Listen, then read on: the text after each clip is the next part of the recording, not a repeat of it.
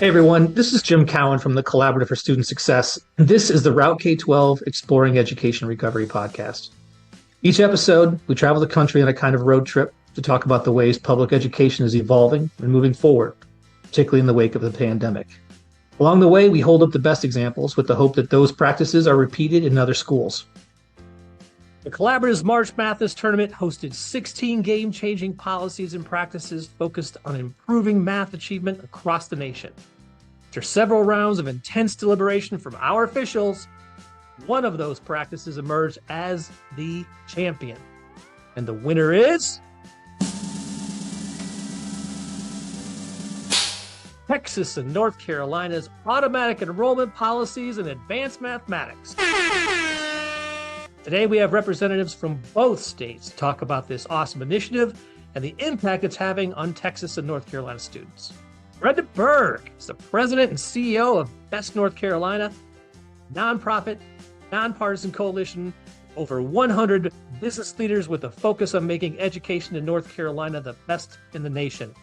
And Bridget Worley is the chief state impact officer for the Commit Partnership, an elective impact organization made up of hundreds partners from the state of Texas to cultivate a collaborative educational ecosystem across school systems, higher education institutions, and public, private, and nonprofit sectors. Thank you both for joining us here today. Thanks for Thank having you us. for creating a bracket that I could vote with my head and my heart, which is a rarity. For once, that's great. That's good. So, as I mentioned, we were really excited, and this was not an easy thing. Our judges really hashed this out to figure out to come on top, and there was a lot of disagreement, but that was the reason why we had three of them, because that we had to have a majority come to advance each of our winners. Start with you, Brenda. Give me an overview of the policy. I know you guys are both very passionate about it, and we loved how passionate you are about it. We think it's awesome. But tell me what it looks like in North Carolina right now. Yeah, thanks. And I echo, this is about the only bracket I'm ever going to win or anything close to something that resembles a sporting event. Thank you for making this fun, first and foremost. These are actually 16 really important initiatives, and making it digestible and fun is exactly what policymakers and advocates need. So I really appreciate you and the whole team for doing it this way. And of course, we were thrilled to come out on top. North Carolina, it loves being first in the nation on anything, and this is one that we're really particularly proud of. North Carolina passed this policy in 2018. I can proudly tell you it passed unanimously in both chambers during a short session in 30 days. And I can talk more about kind of how that happened, but the structure of it is it's so simple. It's starting in third grade when you take your end of course assessments or end of grade assessments. If you score at the highest level, you are guaranteed access to an advanced math course the next year. That means fourth grade through high school, you always have access to an advanced coursework. There's a really strong emphasis in this, of course, for algebra, or in our case, Math 1 in 8th grade. But all of those gateways of 6th grade, of 8th grade, of access into 9th grade, that's where we're losing kids. And some of the initiatives that we already had in place on, for example, AP access was really great, but you're losing these kids really as early as that transition from 5th grade or from 5th grade to 6th grade for middle grade. So a big emphasis on that. Also, the next year we came back and created an accountability element that I think is really important. But it's very simple, right? You earn it, you get it. And the only way that the student is not enrolled in that advanced course is if their parents did make that decision for them and hopefully with them. And it's a very small percentage. So that's kind of a quick overview. It does apply only to math, but there's already an effort in place to expand it to English and science. That was going to be my natural next question was, where's this going next? But we'll get into that in a second. Bridget, what does it look like in Texas? Sure. In Texas, it's very similar. And again, the simplicity of this is actually the beauty. And I think from listening to your debates, one of the reasons what got us to the championship. So in Texas, the bill that passed in our last session, so we're just now seeing implementation of this, did two primary things. It required every district to have an advanced math program in middle school, which you might be saying, that's great. Or you might be saying, was that really necessary? Yes. we found through some of our partners that we champion this with that 36% of school districts in Texas did not offer Algebra 1 to 8th graders. It was not an opportunity for those students. So now every district has to have an advanced math program offering Algebra 1 in middle school. And then looking at placement of those students, there is now a requirement that every district have a consistent policy for automatic enrollment of top performers. And the way that that has played out in the rulemaking is that the top 40% of 5th graders will automatically be placed in advanced math in 6th grade, which puts them on the pathway to take Algebra 1 in 8th grade. Collaboratives noticed that most of the policies that come through that actually make it to implement an implementation stage and have the success of what you guys have seen with this policy have been based on multiple things. And it's usually someone's championing it from a legislative standpoint. Somebody has demanded it. But also you have a series of others who in the state, either the advocacy groups and or superintendents or other teachers or some other group has also been there to make this thing happen. Have you seen a similar thing in both of your states, or what was the impetus of this happening? There's probably an evolution that goes on. I know, Bridget, I'll start with you, but yeah. I'm going to give you 2 examples. One is a partnership of other nonprofits in Texas. The other is that we had some districts who took on this challenge before it was required. I would be remiss not to mention the E3 Alliance, who is our partner nonprofit backbone in Central Texas. They were the ones who did the initial research on this and kind of raised the alarm because they were showing that without an automatic enrollment policy, there was a huge variation of access and achievement in advanced math, which was a problem in itself. But the egregious problem was that there was a huge variation in participation drastically by race. When you looked at students who were scoring the same in 5th grade, how many of them actually made it into Algebra 1?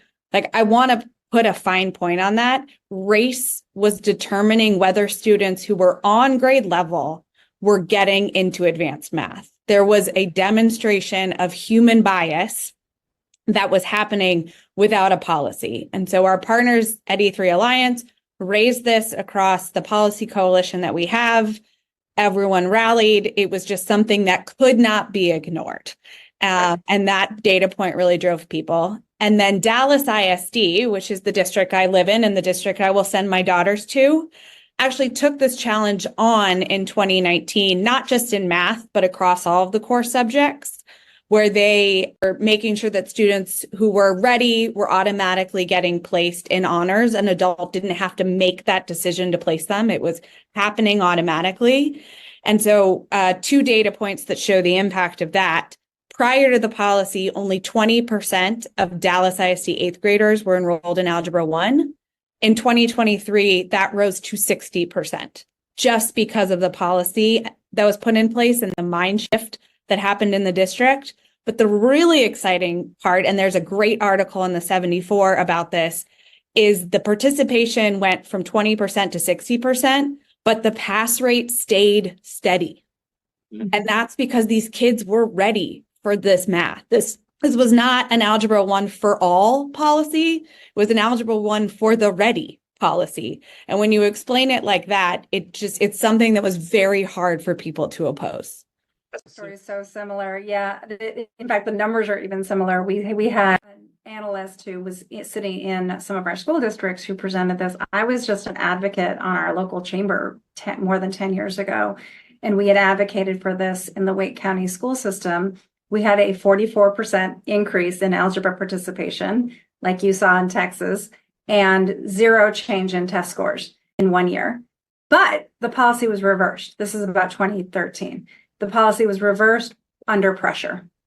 So here we are, fast forward 5 years, and I'm sitting with a legislator, and one of them happens to be a member of that former school board who had passed the original policy and remembered the policy and was frustrated. And we were able to have a Democrat and a Republican co-sponsor that policy and get it through. But I think all of the elements are really important here. One is you had an independent organization, in our case, Best MC.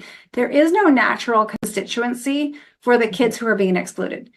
or their parents who don't know otherwise, right? Or think the system will take care of my child. The system knows where my kids need to go.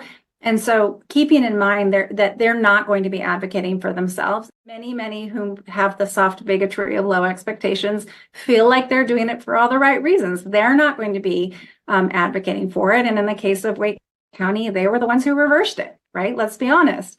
So having that the kind of independent organization come and bring it forward, the fact that our language was very much just you earn it, you get it, was really helpful. Our local news paper had run an expose that had no traction a year earlier. So they were kind of engaged and excited about sort of lifting this up. So those were all really important elements.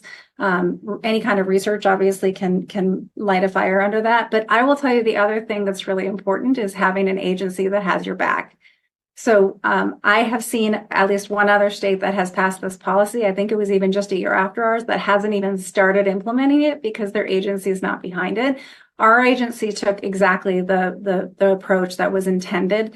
I actually sat in on a virtual meeting with district leaders, and we had, because it was done so late in the school year cycle, we had language about it being as practicable as you would imagine. And there were district leaders who said, well, if I just disagree, can we call that practicable? And the leader of that department said, no, that is not the intent. The intent here is that we don't care what you believe. These kids need to be in this class.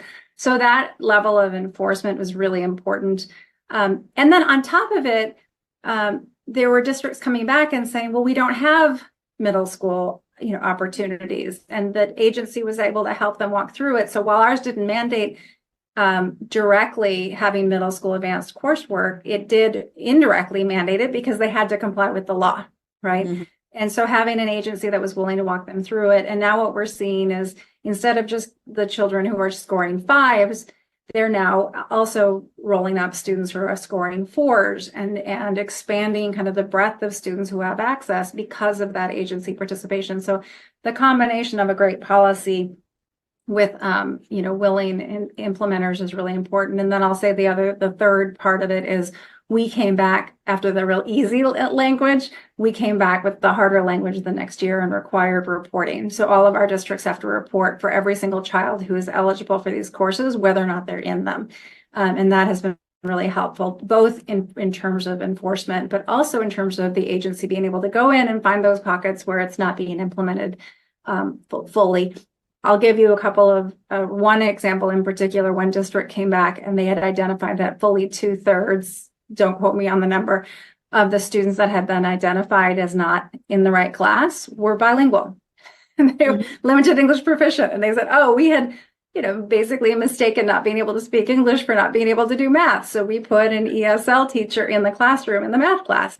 So it really brought to light, those soft bigotries or those, just unknowns to light for the districts. And it's also created in the middle grades, I think, just a general awareness that there are many, many kids who can thrive at higher levels. You have to have all those pieces in place. Independent advocates, policymakers, bureaucrats, as we would say, and then, of course, enforcement of some sort. Formula seems to be playing out, those three across the board, almost everything. Like that's what you've got to have. I'm going to ask you about how you see it's playing out in the school system, but both of you have really kind of elaborated on that. So I'll shift and just ask you. You alluded at the very beginning about it moving into other subjects. Where does that sort of stand? Where do you see that going?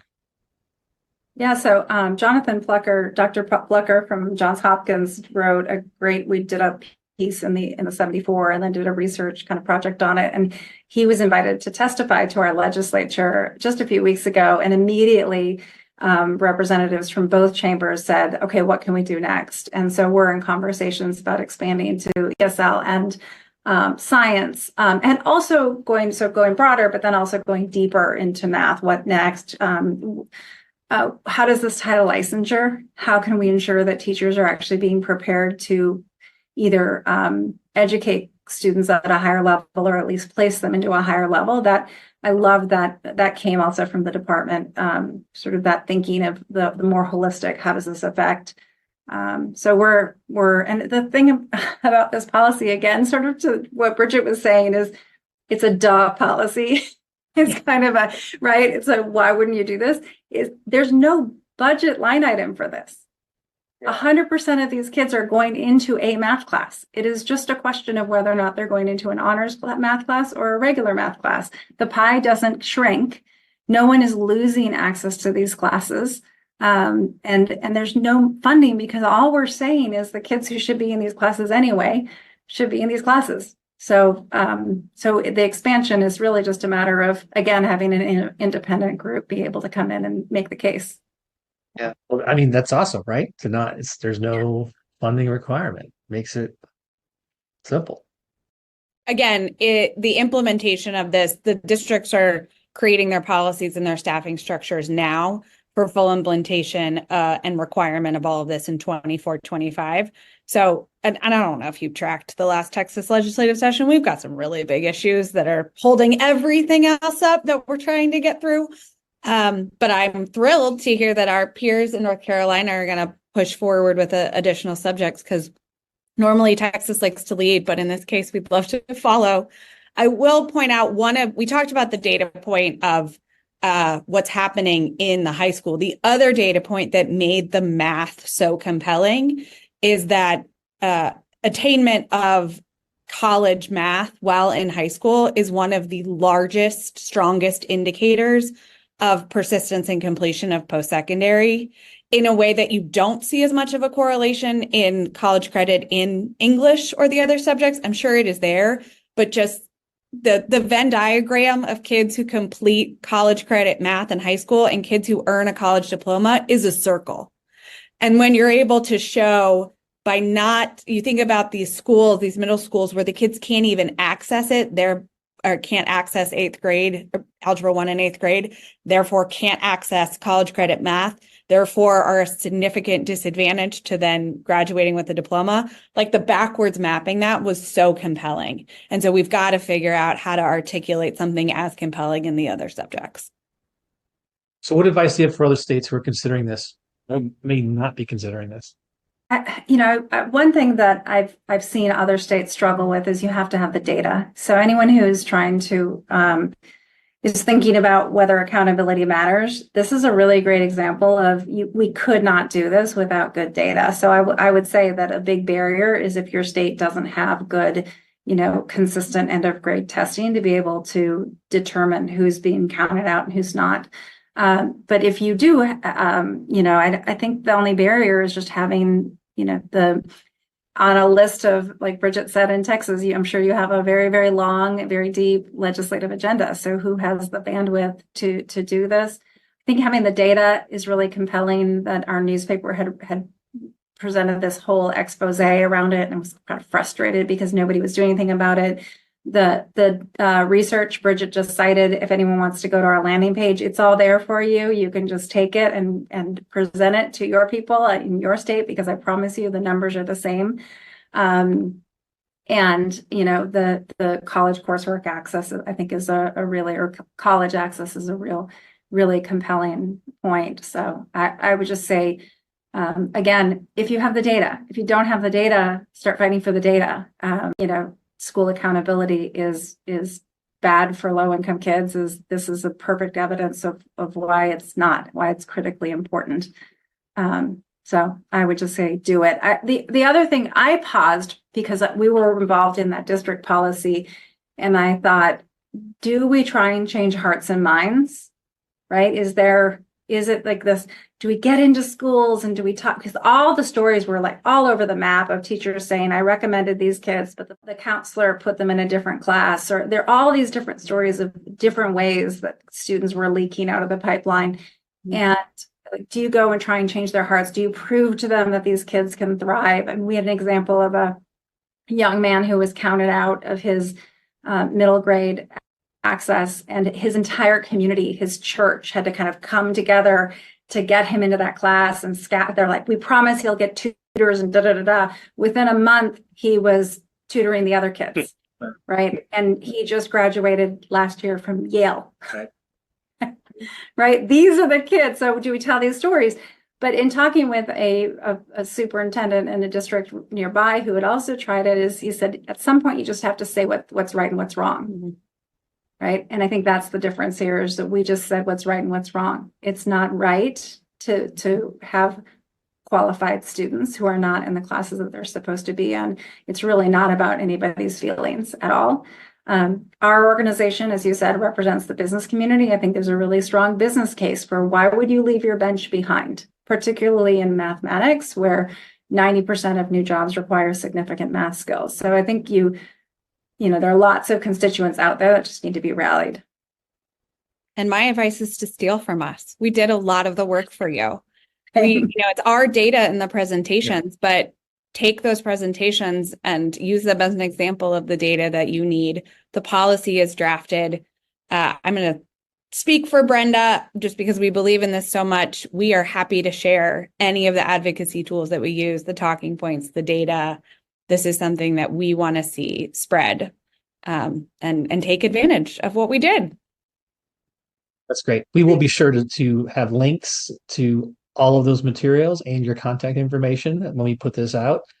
Thanks for making this like one of the easiest conversations ever to moderate. I just kind of like threw something out there and you guys just took off. So that was very easy.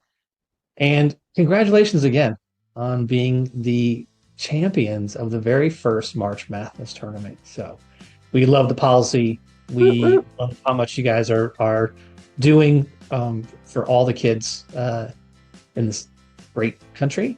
So thank you for your time. Thank you for the conversation. And we'll talk to you soon. Thank you. Thanks so much for having us. This is Jim Cowen from the Collaborative for Student Success.